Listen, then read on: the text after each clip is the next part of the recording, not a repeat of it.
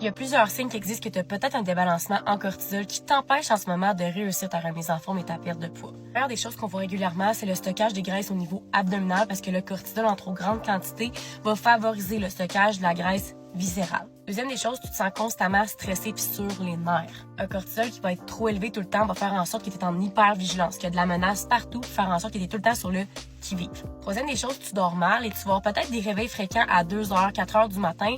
Puis veux pas, quand on est tout le temps en hypervigilance, bien stressé, le cortisol dans le tapis, notre corps n'a pas envie de vraiment dormir.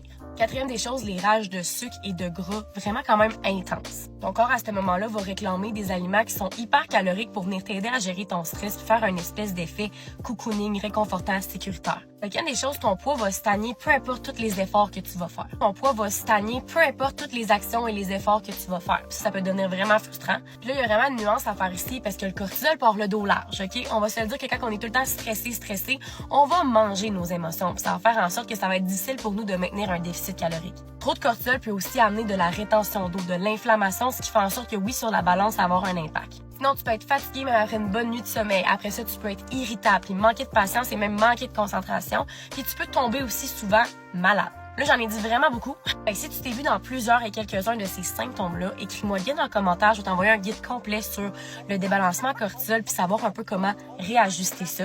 On va se le dire, un corps en mode survie comme ça n'a pas envie de perdre du poids et n'a pas envie de vivre un épanouissement personnel.